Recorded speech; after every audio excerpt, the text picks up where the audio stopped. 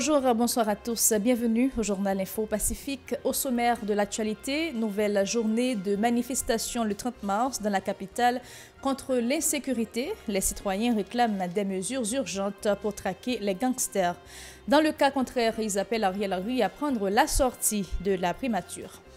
Le Premier ministre Ariel Henry a réaffirmé sa volonté de modifier la Constitution de 1987 avant la tenue d'élections au pays. Pour lui, l'heure n'est plus aux querelles pour le contrôle de la période intérimaire, mais à l'unité pour renouveler le personnel politique du pays. 3 individus ont été tués dans des échanges de tirs avec la police le 29 mars dans la capitale. Le Premier ministre Ariel Henry a présidé le 28 mars une réunion spéciale du Conseil supérieur de la police nationale, CSPN.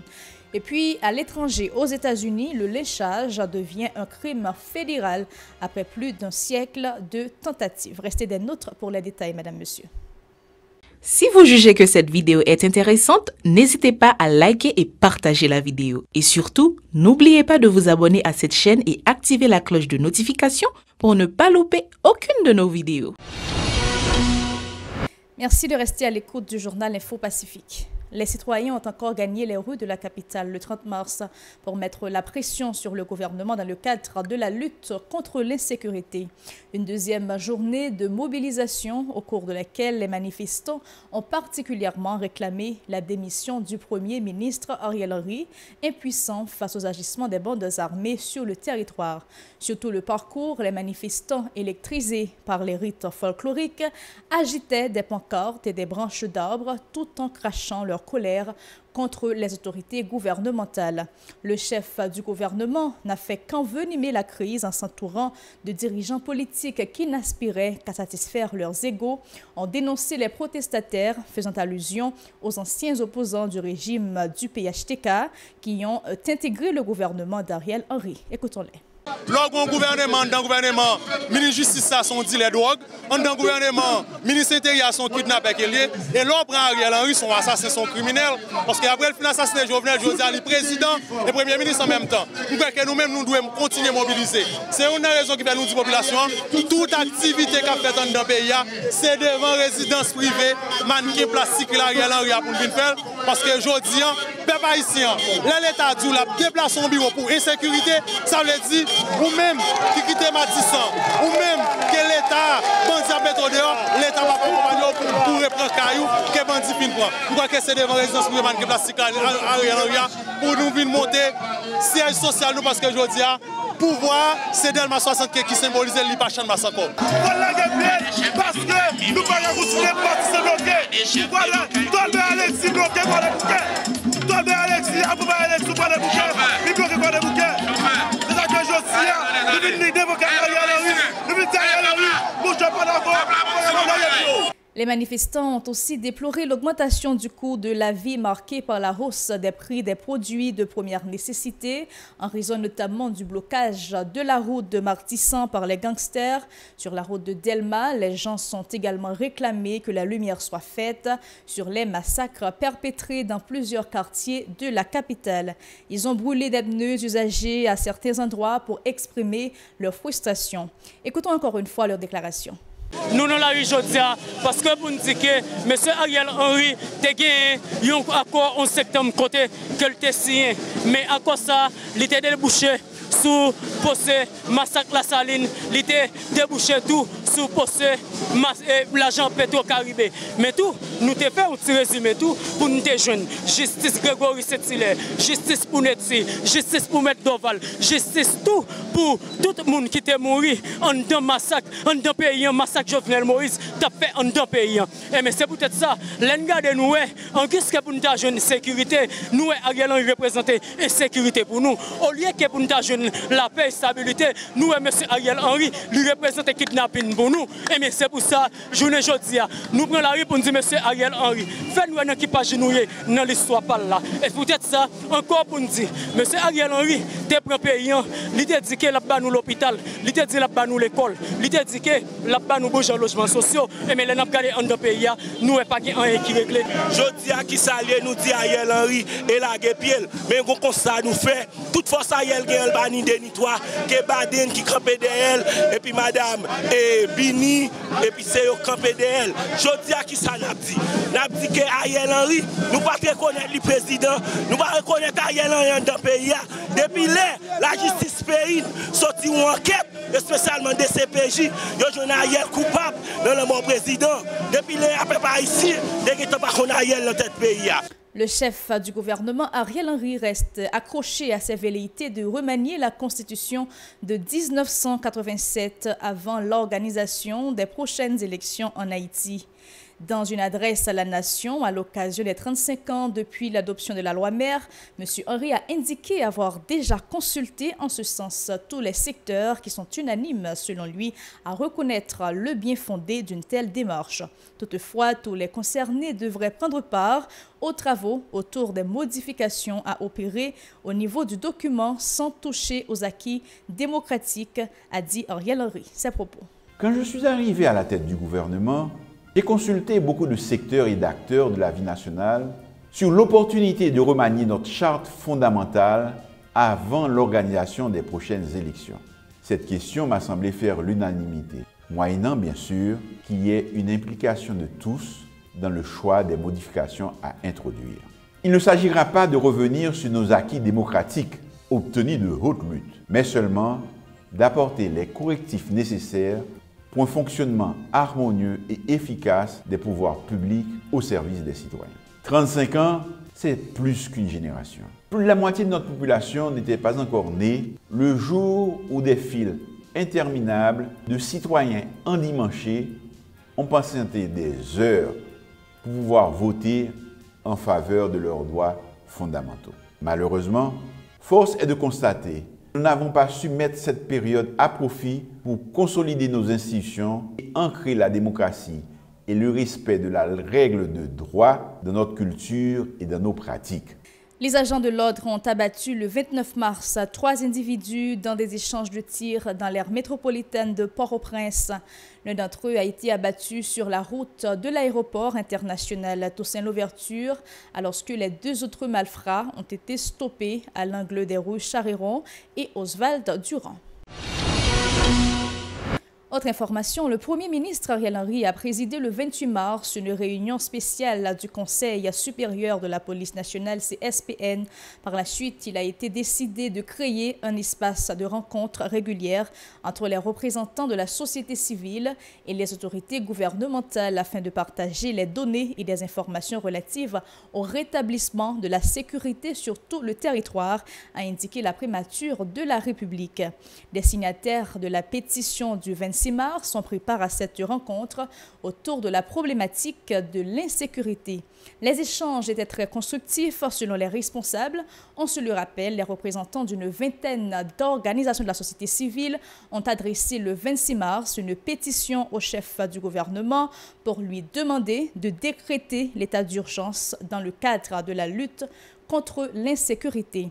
Ils lui ont soumis des recommandations pour amener particulièrement le calme et la sécurité dans les foyers pour éviter une explosion sociale dans le pays. Des citoyens de la capitale s'insurgent contre l'insouciance du Premier ministre Ariel Henry par rapport à la persistance de l'insécurité. Ce dernier ne jure que par la tenue d'élections alors que les cas de kidnapping sont quotidiennement recensés dans l'aire métropolitaine de Port-au-Prince, ont martelé des Port-au-Princiens dans un micro-trottoir réalisé mercredi par la Radio-Télé Pacifique. Il souligne que la crise globale n'est pas du tout propice à l'organisation d'élections, ajoutant que le chef du gouvernement ferait mieux d'adopter des mesures urgentes pour sécuriser le pays et atténuer la misère dans laquelle accroupit la majorité de la population. Écoutons leurs propos recueillis par Aubert de Charles et Stravinsky des Rameaux. Moi-même, c'est vraiment difficile avec l'élection dans le pays. Parce que là, pour un pays qui gangsterisé dans toute colle malade, parce que tout jeune garçon dans le quartier populaire, c'est ZAM. Je dis comment un leader politique pour mener campagne en dedans quartier populaire. Pendant ce temps, tout quartier populaire, c'est les amis qui dirigent. Nous voulons gagner l'élection dans le pays parce que toute autre transition, c'est pour nous pas bon en masse. La vie chère vient plus augmenter, la misère vient plus augmenter, l'insécurité a même vient plus pour nous. Pas de contrôle, ni dans la douane, ni dans le ministère du commerce qui a voyagé sur ça n'a pas acheté en dehors des pays, il y a manger des produits qui expirés. C'est dans la transition où je veux plus corruption. Nous-mêmes, nous prêts pour gagner l'élection. Mais je dis là, si on parle des questions d'organisation d'élection, le mouvement pas propice pour organiser l'élection par rapport avec ça gagne dans le quartier populaire. Et dans Matissan, les gens ne peuvent pas passer. Les gens qui sortent en province, nous avons 4 départements bloqués. Si on parle d'élection, c'est comment ça va le faire dans le quartier populaire. Quand on a un vote, comment on va le voter? En dans Cité Soleil qui gagne guerre, en dans Bel Air qui gagne guerre par exemple camper. Comment ça va le faire pour gagner l'élection? Concernant la velléité du Premier ministre de remanier la Constitution de 1987 avec l'aval de certains secteurs, les citoyens ont rétorqué que le pays n'a pas un problème de constitution. À leur avis, les dirigeants n'ont jamais mis en application les prescrits constitutionnels. Plus loin, les résidents de la capitale reprochent aux autorités leur manque de volonté de trouver une issue favorable à la crise. Ils déclarent qu'ils en ont marre du système politique qui ne favorise qu'une clique refusant de n'accorder aucune place aux jeunes, alors que ces derniers représentent l'avenir du pays. On les écoute toujours au micro d'Aubert de Charles et Stravinsky des Rameaux. Mais ce n'est pas avec des gens, des leaders traditionnels qui toujours là après c'est toujours même à l'autre chose nous pas besoin. C'est la jeunesse qui va mettre tête ensemble pour nous faire un seul faisceau pour nous mettre les gens de côté. Ariel Henry n'a pas aucun pouvoir, aucune légitimité pour passer dans la Constitution. Moi, je crois que si PM Ariel Henry fait travail ça, peuple haïtien t'a dit un gros remerciement. Je dis ce n'est pas l'élection qui propice dans le pays. Moi, je crois que si PM Ariel Henry était ouais et chômage, la vie chère, moun pas qu'à manger, moi je crois que peuple haïtien t'a pour le grand. Mais je dis négocier intérêt personnel yo a régler, c'est enrichir poche yo pas ouais pays, yo pas ouais jeunesse qui a souffrir. Il n'y a pas de forme d'éducation planifiée au ban nous dans le pays. Mais sauf que, moi, je crois que si les jours même, les peuple haïtien campé pour dire qu'ils font une révolution contre l'ensemble des nègres, c'est plus bon travail. Et nous-mêmes nous disons, nous pas dans le changement de constitution et nous pas dans l'élection avec les femmes. Nous ne sommes pas capables encore. Dans ce sens, les gens qui l'ont dirigé, ils ont fait de sécurité, les gens ont dit qu'il faut organiser l'élection. Parce que l'élection est normal pour nous pour gagner l'élection. Parce que nous avons un président qui déjà on dérive côté le mourir. Donc nous avons Ariel Henry qui l'a, bien que nous connaissons, et ce n'est pas nous-mêmes qui mettons, mais il est là pour faire élection, pour gagner sénateur député, bon sénateur, bon député, pour gagner un président qui vient diriger le pays avec un premier ministre. C'est ça que nous voulons seulement. C'est ça que nous voulons nous-mêmes en tant que jeunes, c'est ça que nous demandons. La structure sociopolitique Nos Consciences est félicitée de la mobilisation de toutes les couches sociales du pays contre l'insécurité.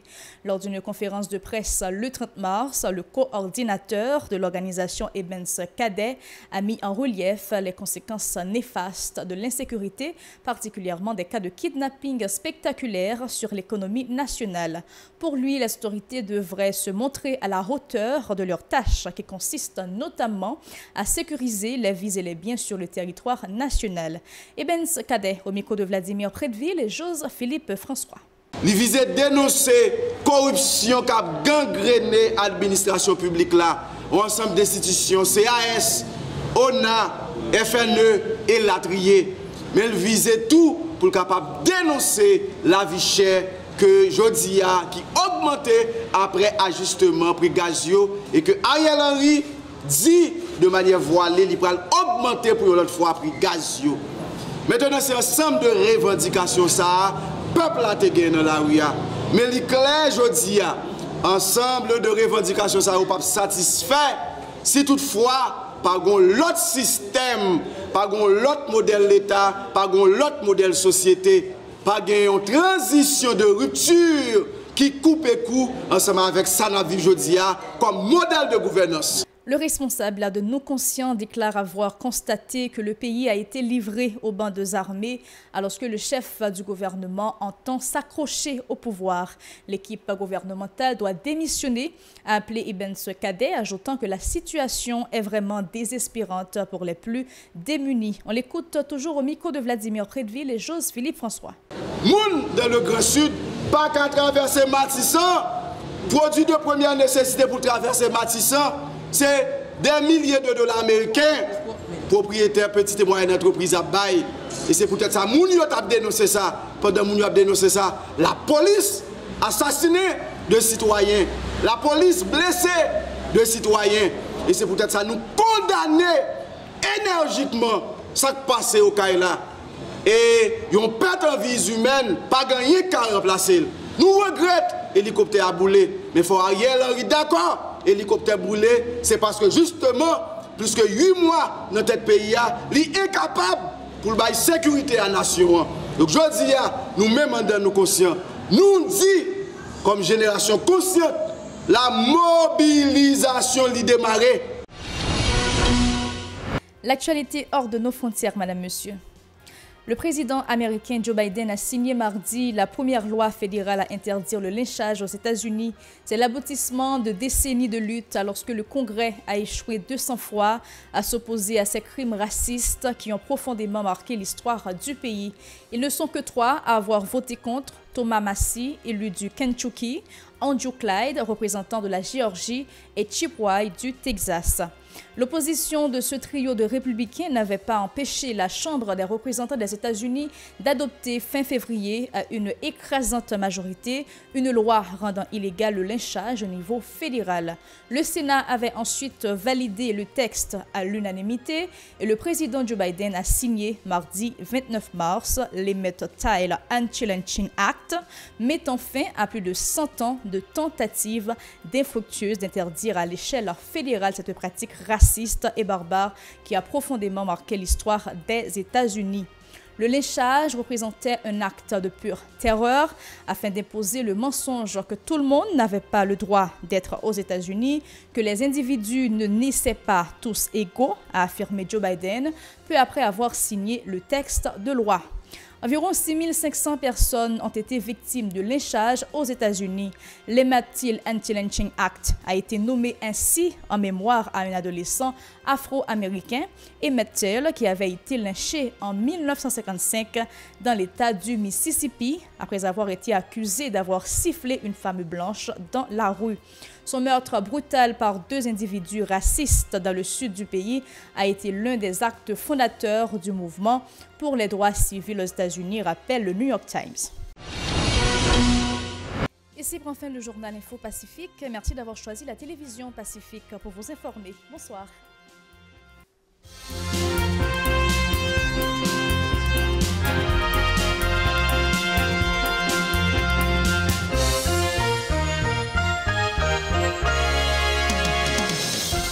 Si vous jugez que cette vidéo est intéressante, n'hésitez pas à liker et partager la vidéo. Et surtout, n'oubliez pas de vous abonner à cette chaîne et activer la cloche de notification pour ne pas louper aucune de nos vidéos.